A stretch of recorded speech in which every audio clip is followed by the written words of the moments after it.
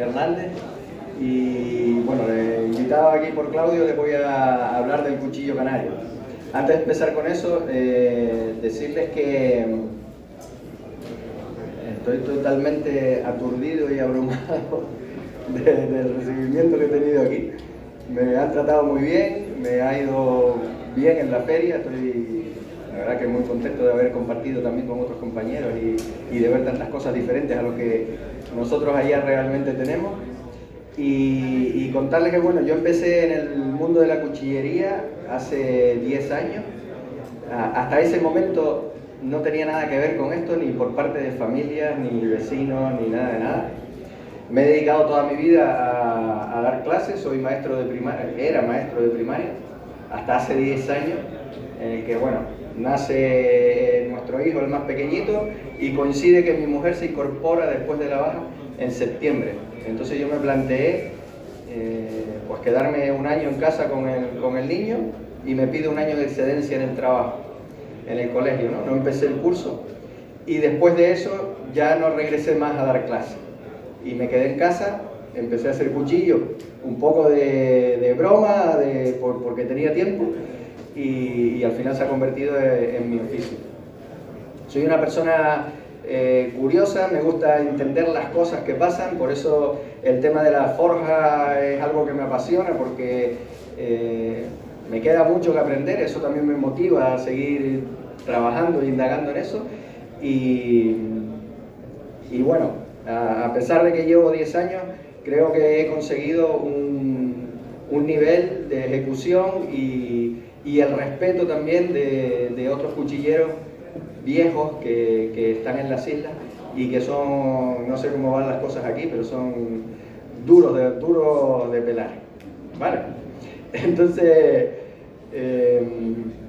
bueno, el cuchillo canario tiene su origen principalmente en la isla de Gran Canaria. En las Islas Canarias somos 8 islas y es en Gran Canaria donde nace y donde se desarrolla principalmente el trabajo del cuchillo con herreros de allí de la isla. Y es un cuchillo que, tal como lo conocemos hoy, nace aproximadamente a mediados del siglo XIX. Aproximadamente, porque es que no hay fechas exactas. Sí hay una fecha, si no recuerdo mal, 1862, se hace un concurso de cuchillo canario en una fiesta de un pueblito pequeño allí en Gran Canaria. Y bueno, pues teniendo en cuenta esa fecha, tiramos 20 añitos anteriores, pues en la que la gente ya, si se hace un concurso en esas fechas, porque ya había cierta cultura de cuchillería y la gente tenía ya movimiento de cuchillos canarios. Es un cuchillo que ha estado siempre vinculado al trabajo de campo. Lo llevaba la gente campesina puesto en el cinturón todo el día y lo usaban para todo. Para todo es picarle la comida a los animales, partir un queso, hacer un bocadillo, limpiar el arado o limpiarse las uñas, lo que hiciera falta, ¿vale? Entonces, esa imagen del cuchillo canario vinculado a la tradición es algo que se ha quedado en el imaginario colectivo de los canarios. Y gracias a eso, o gracias no solo a eso, pero eso ha ayudado mucho a que los cuchilleros actuales vivamos también, porque muchos jóvenes y muchas mujeres jóvenes también vienen a comprar cuchillos porque tienen en el recuerdo la imagen de sus padres, de sus tíos, de su abuelo, con el cuchillo fajado siempre, y eso a nosotros nos ha ayudado mucho también a tener ventas y a poder seguir trabajando con el cuchillo, ¿no? Nosotros, por la posición estratégica que tenemos en las islas entre los 3 continentes, pues hubo siempre mucho comercio en esas épocas de finales del siglo XIX y principios del XX con Inglaterra. Entonces los ingleses veían que la gente allí usaba este tipo de cuchillos y empezaron a comprar cuchillos. De hecho, muchos cuchillos de colecciones grandes de cuchillos canarios han sido comprados en Inglaterra por ese comercio tan importante que hubo de todo en general: vino, frutas, tomate, cuchillos, ¿vale? ¿Qué pasa ahí en ese momento? Estos cuchillos, que eran cuchillos pues relativamente más sencillos y con unos trabajos un poco más toscos, digamos, los dueños de esas fincas donde trabajaban los campesinos se dan cuenta de que hay pues cierto comercio de cuchillos con los ingleses y entonces quieren tener su propio cuchillo, pero tiene que ser un cuchillo que le distinga también del cuchillo que tienen sus empleados, ¿no? Entonces empiezan a encargar el trabajo del cabo a gente que trabaja la plata, a joyeros y a gente que tiene cierta habilidad que no tienen los herreros, ¿no? Y entonces ahí se produce un cambio importante, creo yo, que es la separación del oficio en dos.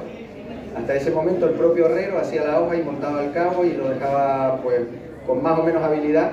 Había herreros que trabajaban muy fino, pero en ese momento el herrero sigue haciendo la hoja, pero hay gente, hay caberos, encabadores, que hacen solamente el cabo, ¿vale? Y eso hace, por un lado, que se divida el oficio en dos, y por otro, que los cabos que se sacan son de muchísima mayor calidad, y se le da el prestigio y el reconocimiento que empieza a tener el cuchillo en ese momento, empieza a crecer mucho.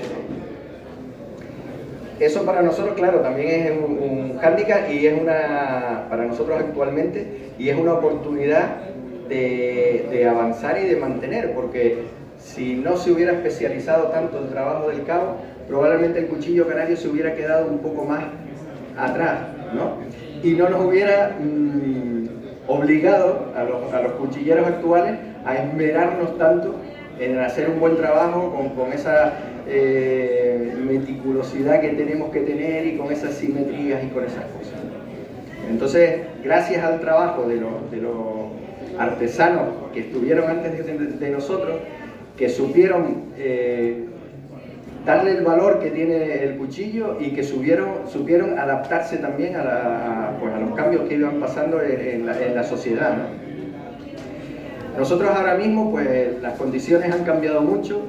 Los cuchillos que antes eran herramientas de trabajo cotidiano ya no son herramientas de trabajo cotidiano. En algunos casos sí, siguen siéndolo, pero en la mayoría de la población no, porque las labores de campo pues se están abandonando, se está mecanizando mucho toda la actividad agrícola y entonces pues las herramientas son otras diferentes. Ahora tenemos más problemas en portar un cuchillo todo el día aquí, pues ya me imagino que aquí también tendrá ese tipo de limitaciones.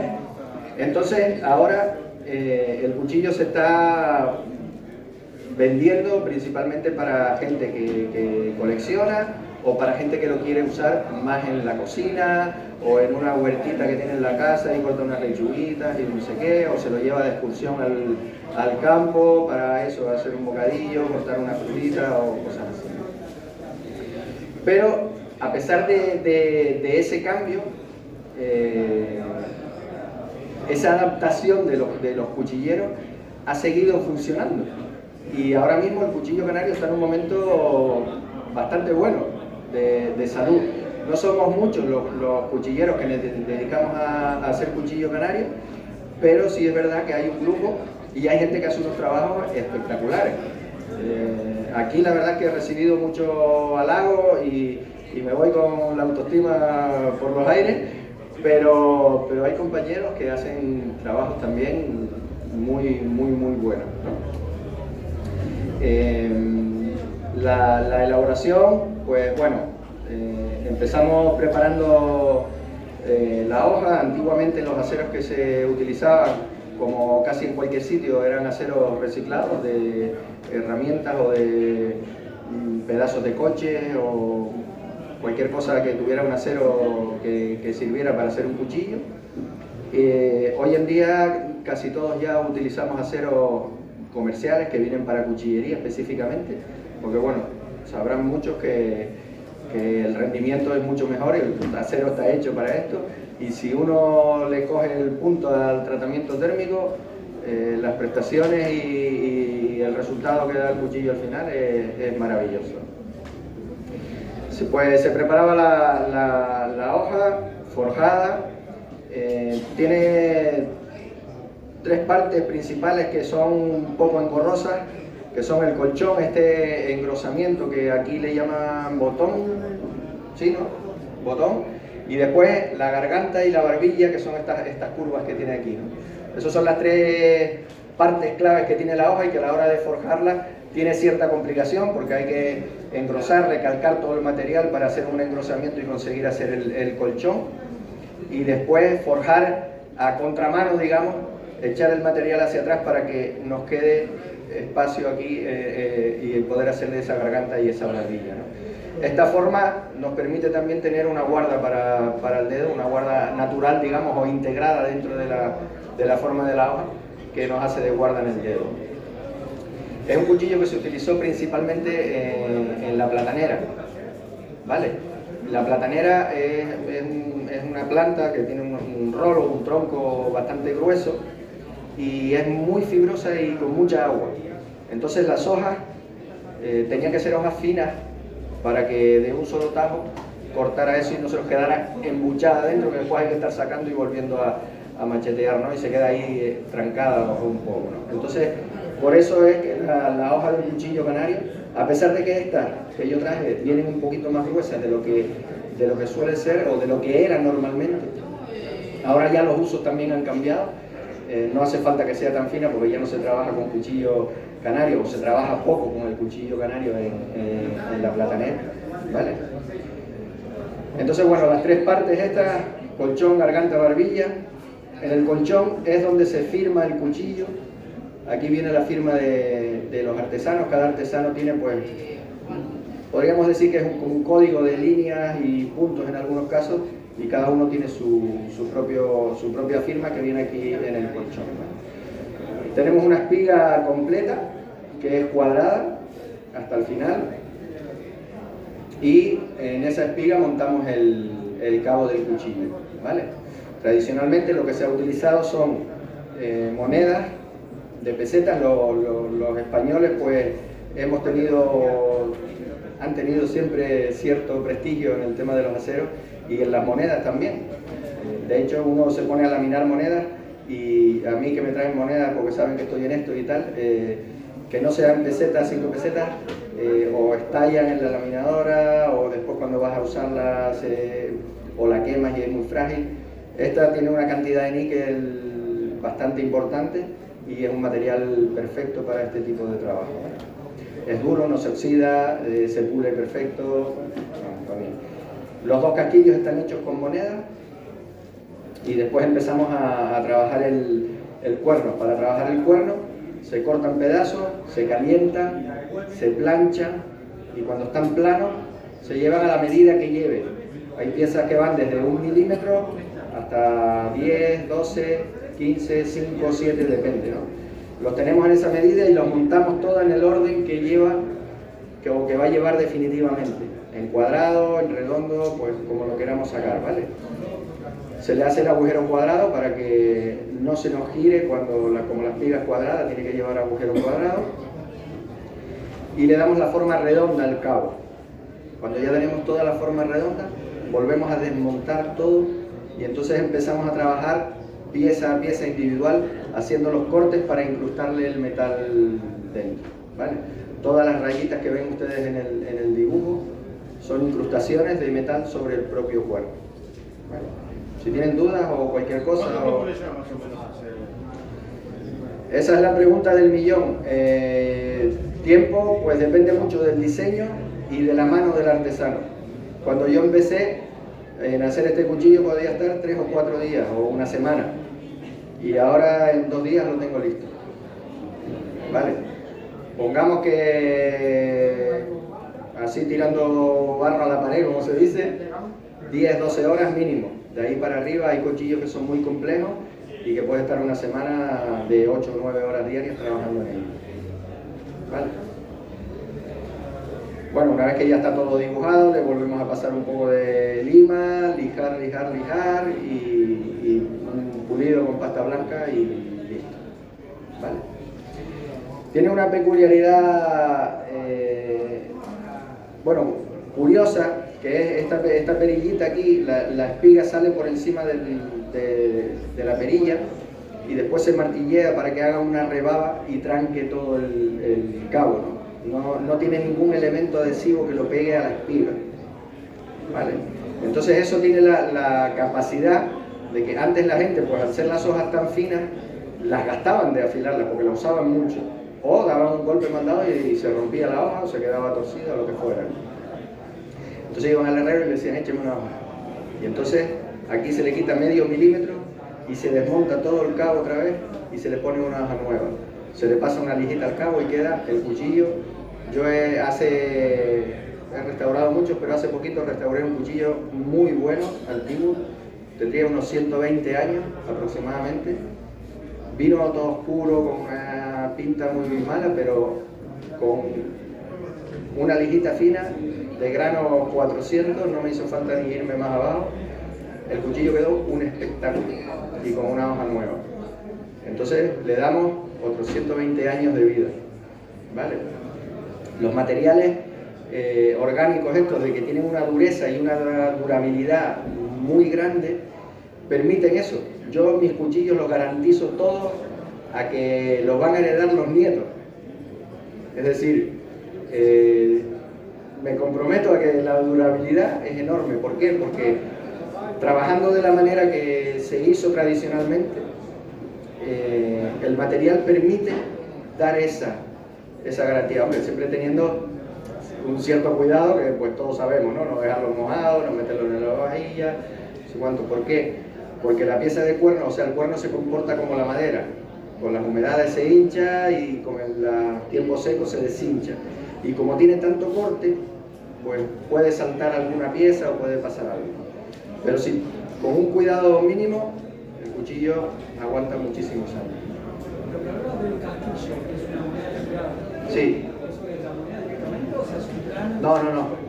Se estira la moneda en una planchita, sale así, y después con una plantilla, para cada tamaño de cuchillo hay una plantilla, esa plantilla se corta, se suelda con plata y después se rellena con madera para que quede macizo. ¿Vale? Esa es la forma tradicional de hacerlo. El cabo tiene que guardar una proporción con el tamaño de la hoja. ¿Vale? Entonces cada hoja lleva un cabo diferente y para cada cabo hay una medida de casquillo también. Entonces yo, por ejemplo, tengo, pues no sé, 6 o 7 plantillas diferentes. Pues a lo mejor si el cuchillo es de 18 centímetros la hoja o de 19, en esos a lo mejor uso la misma plantilla. Pero si ya se me va a 21, tengo que usar una plantilla un poquito más grande para que no desentone, digamos, y se me quede el casquillito muy corto. ¿Vale? Entonces, bueno, aquí les traje, tenía varios cuchillos allí, pero traje estos dos juegos porque yo les decía antes, no me acuerdo a quién, que son, o sea, creo que no hay ningunos otros como estos en el mundo, porque están hechos para traer a la expo esta exclusivamente. En Canarias no usamos este tipo de trinchante para la carne y aquí no usan el cabo del cuchillo canario, entonces esta mezcla creo que no hay más en el mundo que sean así, ¿no? Pregunta. Después, dime. Perdón, estaba levantando la mano. Sí, no te había visto. No, está bien. El cuerno. Sí. ¿El cuerno vacuno? ¿O Sí, usas otro tipo de cuerno? De cabra, de vaca, de carnero. Bien. ¿Cómo lo trabajás al cuerno? ¿Qué es lo que más directamente lo hervís? ¿Cómo haces para después plancharlo? Se calienta en seco. ¿A fuego? A fuego. O con pistola de aire. Hay gente que lo usa pistola. Yo uso un sopletito de joyero. Con eso le doy calor y después lo plancho. ¿Vale? En 30-40 segundos lo sacas de la plancha y ya se queda plano. ¿Vale? Y ya no se te va de forma. El de vaca es un poquito más delicado y sí hay que dejarle un poquito más de tiempo, pero el de cabra, carnero, eso en 30 segundos lo tienes ya planchado. ¿Lo agarrás, lo sopletías cuánto tiempo? Yo te digo porque yo también soy cuchillero. El tiempo depende del grosor, del espesor que tenga la pieza. Si es una pieza gruesita, hay que calentar para que el calor entre lo más adentro posible, para que después al plancharlo no estalle la pieza, sino que vaya a su sitio. Si lo calientas bien, es como una plastilina, lo metes en la prensa, le das una vueltita y hace y se va a su sitio perfectamente. Porque hay técnicas de planchado que son dejarlo en agua durante 15 días, otro que son hirviendo durante 1 hora, Sí. y todo, ¿Sabes? y no le encuentro el punto. ¿Sabes cuál es el problema con eso? Para nosotros, en este tipo de trabajo, que como decía antes, el cuerno coge mucha humedad. Y después tú montas el cabo y ahora, si quieren, pasan y van a ver, nosotros le decimos que el cabo se eriza. ¿Por qué? Porque el cuerno hasta esta mañana estaba perfecto, porque había estado lloviendo. Pero ya hoy que dejó de llover, uno le pasa la mano y siente un poquito los aritos de metal que van en transversal. Es un proceso natural, no es que el cuchillo esté mal hecho, ni que no pasa nada. Probablemente de aquí a un mes, que el invierno viene ya con un poco más de humedad y tal, el cabo vuelve a su sitio otra vez. Y si no, se le pasa una lijita muy fina y queda perfecto. Sí, todos los materiales se expanden y se contraen de acuerdo a la temperatura, la humedad. Entonces, si tú montas el cuerno humedecido o hervido, está muy cargado de agua. Vas a hacer el dibujo y cuando se seque, al día siguiente, a los 2 días, a la semana, vas a notar esto, pero muy incómodo. No te va a servir, va a ser incómodo en la mano. Porque los aritos de metal que separan las piezas se quedan en su sitio, pero el cuerno mengua demasiado. ¿Vale?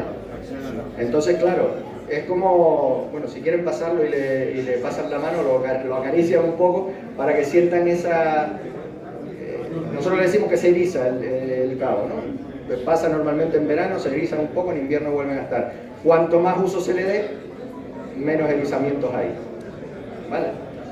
Entonces, nosotros, bueno, el trabajo es con calor en seco, siempre.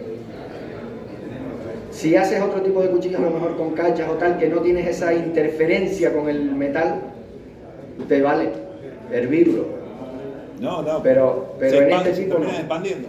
Hace un cuchillo con hasta vacuna y todo, bueno, acá habrá más cuchilleros también, y todo, así con hasta vacuna y todo, y al año se te empezó a los 6 meses a ondularse, a abrirse en capa. Porque claro, el cuerno de vaca es muy delicado, y tú, por ejemplo, el cuerno de vaca, para secarlo, yo tengo que dejar el cuerno secar 1 año aproximadamente.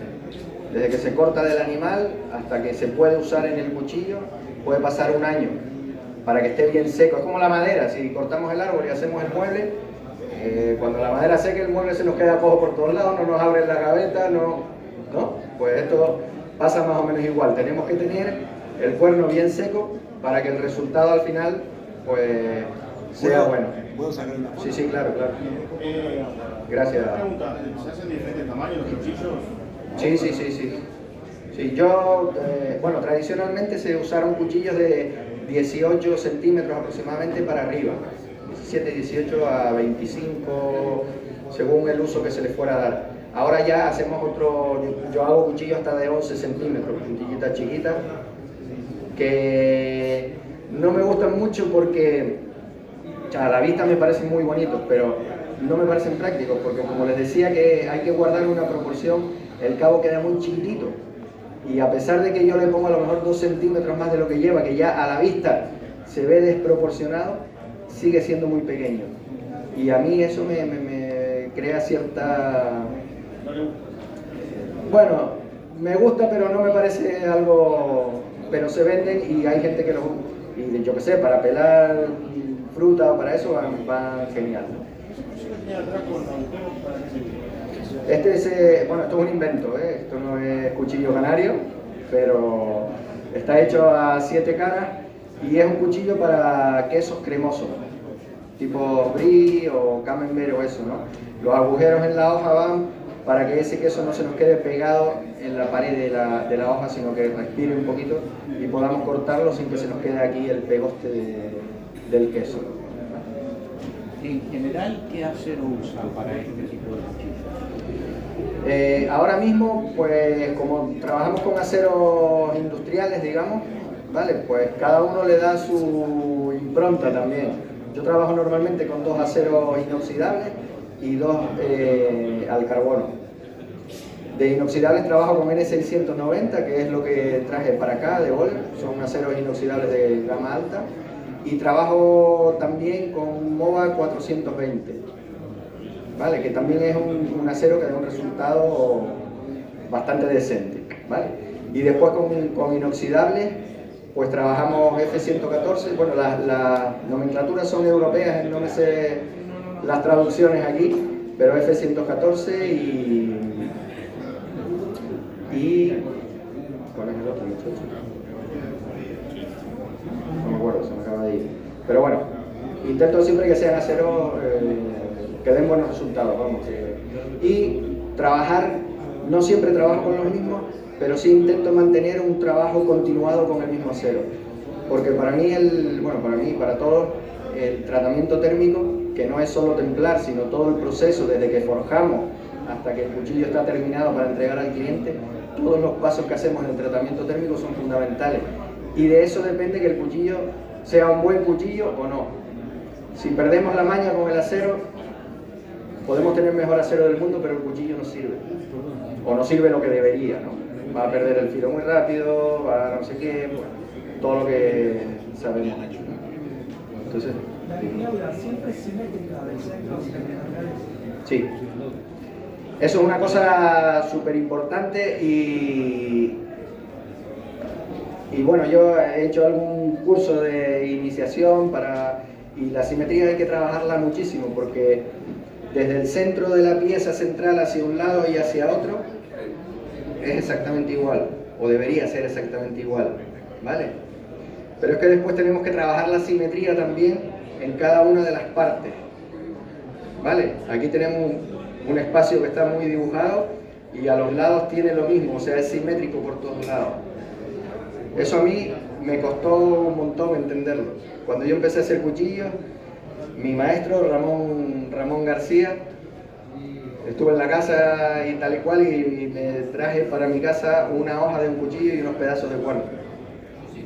Entonces cuando yo llegué a mi casa, me puse, no tenía ni herramienta ni nada, me puse allí de como podía y tal y cual, y terminé el cuchillo.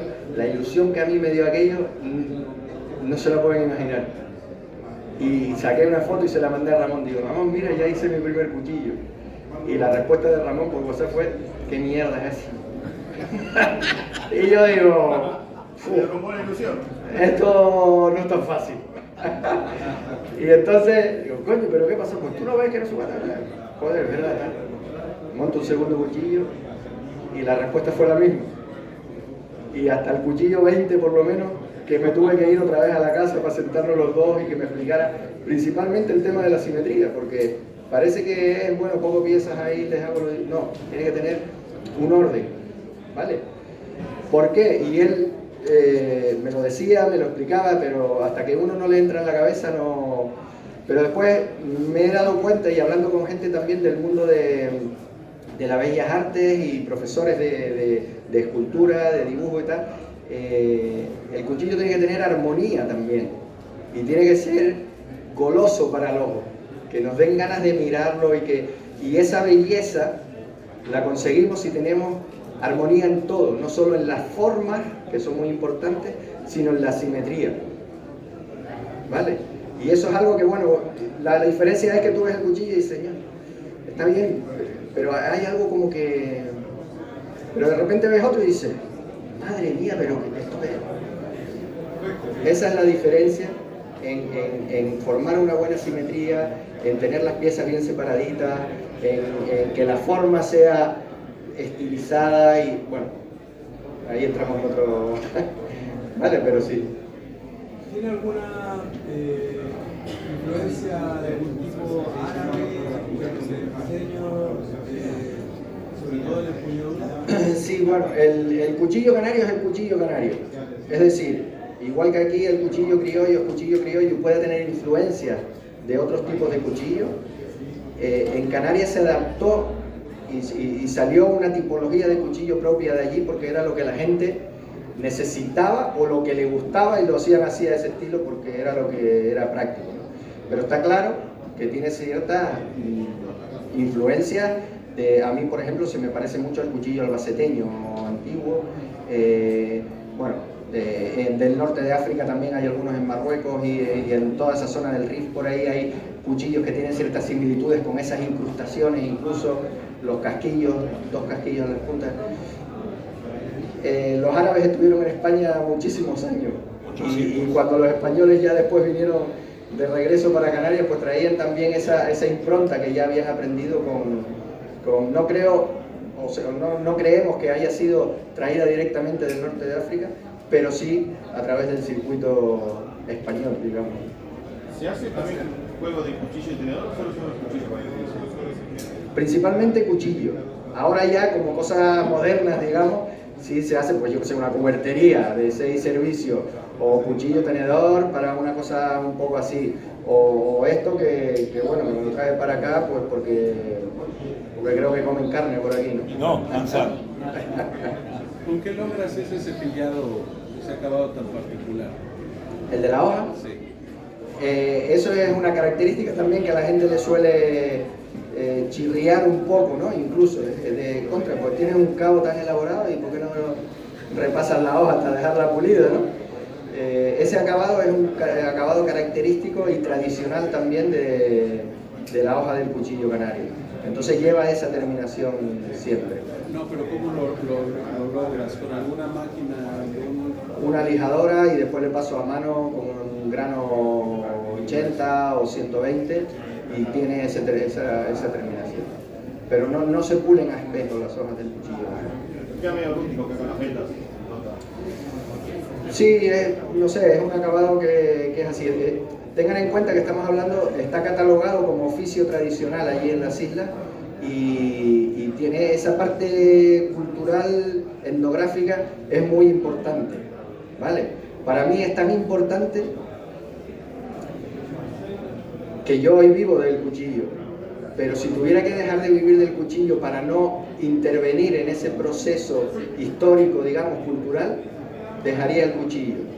Es decir, nosotros hoy como portadores nosotros los cuchilleros, como portadores de esa cultura, tenemos una responsabilidad importante que es mantener la tradición del cuchillo lo más vinculada posible a lo que ha sido, evolucionando en todo lo que nos haga falta, pero la tipología, el respeto por el proceso de elaboración, todo eso tenemos que tenerlo en cuenta, porque de lo que estamos haciendo nosotros ahora es lo que se va a conocer el cuchillo canario dentro de 40, 50 o 60 años. Y si nosotros ahora hacemos basura, dentro de 60 años va a haber basura. Y si nosotros ahora somos capaces, por lo menos, de mantener lo que ha sido el cuchillo canario hasta ahora, no irnos más allá, sino por lo menos mantenerlo, dentro de 60 años el cuchillo canario va a seguir teniendo ese reconocimiento y esa belleza y esa cosa. ¿Ah? Uno lo vea y dice usted, se lo ve en el canario. Claro, claro. Se puede evolucionar y se puede evolucionar en materiales, se puede evolucionar en técnicas de elaboración, pero hay que conocer perfectamente cuál es el proceso de elaboración antiguo, cómo se hacían, cuál es el respeto, qué uso tenía la gente con este cuchillo, todo eso porque es lo que hay que transmitir, ¿vale? Que después los usos ahora son diferentes, que después en eso estamos de acuerdo, pero la parte histórica hay que mantenerla y hay que conservarla y hay que transmitirla también, para que la gente no solo vea un objeto, sino vea parte de la cultura canaria, ¿no? Cuando ve el cuchillo. Dos preguntas. ¿Tiene algún nombre? ¿Hay un patrón? ¿Hay distintas formas de cabo, de inserción de los objetos? ¿Qué significa más? ¿Hacemos patrón tal? Sí, cada dibujo más o menos tiene su nombre. Hay espigas, hay mallas, hay dameros ciegos, ojos de perdiz, X, doble X. O sea, cada pieza, digamos, cada patrón, como decía Claudio, tiene su nombre. Y después hay cosas que uno, pues más o menos dentro de esos patrones tradicionales, pues innovas o cambias alguna cosita porque el detalle no sé qué. Y bueno, esos son pues ya aportaciones personales, ¿no? Pero sí hay un lenguaje, digamos, para entendernos entre los que trabajamos este tipo de cuchillos, de qué es lo que estamos haciendo. Una segunda pregunta. La firma que me decís que cada artesano es esta firma de acá. Sí, aquí en el colchón es donde se firma la hoja del cuchillo. ¿Y hay un registro en algún lado donde yo puedo ver de quién es este? Sí, sí. Hace unos años, dos chicos de Gran Canaria, bueno, yo les digo chicos, son de mi edad para arriba,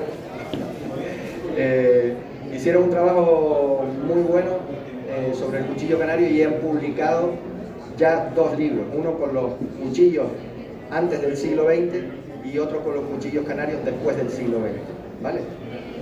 Ese libro o esos 2 libros los pueden descargar gratuitamente de la página de la FEDAC de Gran Canaria, y ellos hicieron un registro de firmas con los nombres de los artesanos que aparecen en esos libros.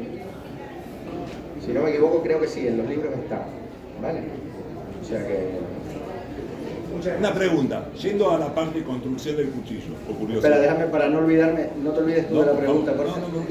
Con respecto a lo que le decía Claudio, hay cierta, no controversia, pero sí limbo, vamos a llamarlo, ¿vale? En que, claro, el artesano firma aquí en el colchón. Y ahora que muchos de los artesanos que hacen cuchillo canario no hacen las hojas, sino las compran a otros herreros o en otros lugares, normalmente las hojas vienen sin firmar. Y es el que monta el cabo el que la firma. Porque este cuchillo, con esta firma aquí, se supone que está hecho por Daniel, de Cuchillos El Pete, ¿vale? Pero realmente la hoja puede ser que te la haga un herrero, y que después el encabador sea el que monte el cabo, pero el que pone el cabo es el que firma la hoja, ¿vale? Entonces ahí hay un poco de... tienes que conocer mucho de cuchillos canarios y para saber, solo viendo el cabo, quién pudo haber sido la persona que lo hizo, porque la firma de la hoja probablemente no coincida, en algunos casos sí, pero en otros muchos no coincide la firma que está en la hoja con la persona que hizo el cabo, ¿vale? A la construcción del cuchillo. El cuchillo, vos cuando lo armás, lo que vos armás son la espiga encuadrada, vos pones como anillas de hueso con los separadores, sí, y todo. Ahí vos le das una forma aproximada de cómo queda. No, le tienes que dar la forma definitiva. Y después lo desarmás y después haces lo las desarmas. incrustaciones.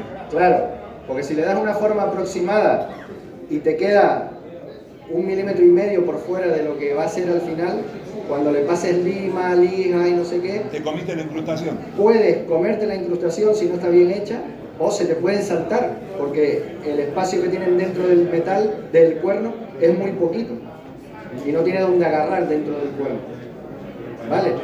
Entonces, lo que nos va a dar la forma del cabo es la prolongación de la línea de los casquillos. Claro. Antes de empezar a montar el cuerno, tenemos que dejar los casquillos muy bien centrados con respecto a la espiga.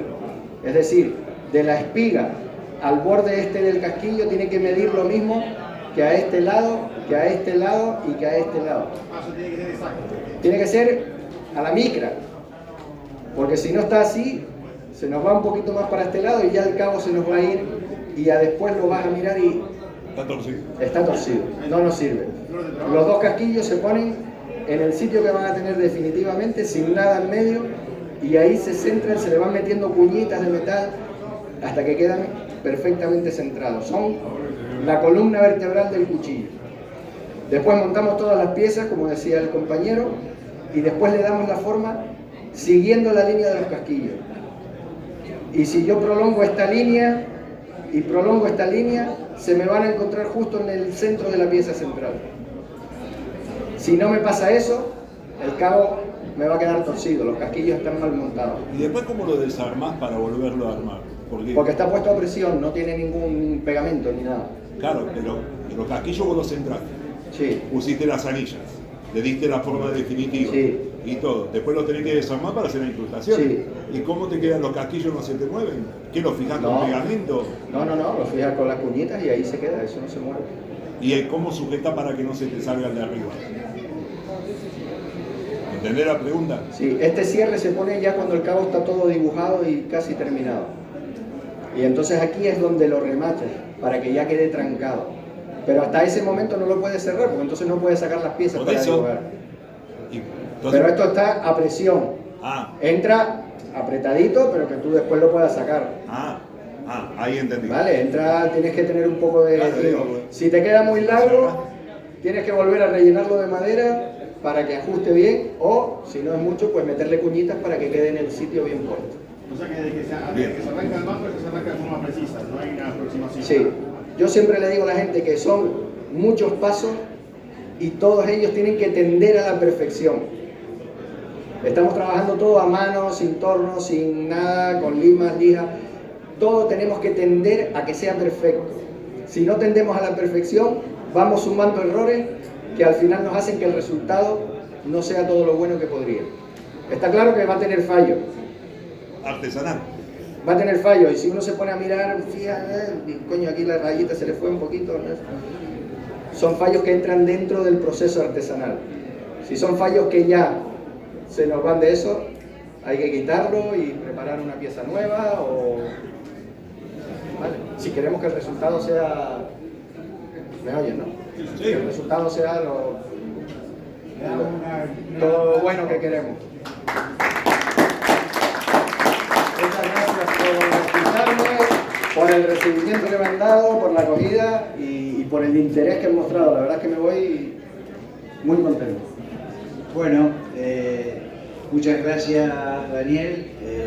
Interrumpí, no quiero ser irrespetuoso, pero necesita fuiste tú el que le dijo que cortara. Sí, que necesita ir a la mesa ya y la gente, bueno, estamos en las últimas horas, justamente del último día de Expo Filo. ¿Qué más que agradecer que viene desde Islas Canarias exclusivamente para exponer en Expo Filo? Así que el reconocimiento, antes como expositor y ahora como disertante. Bueno.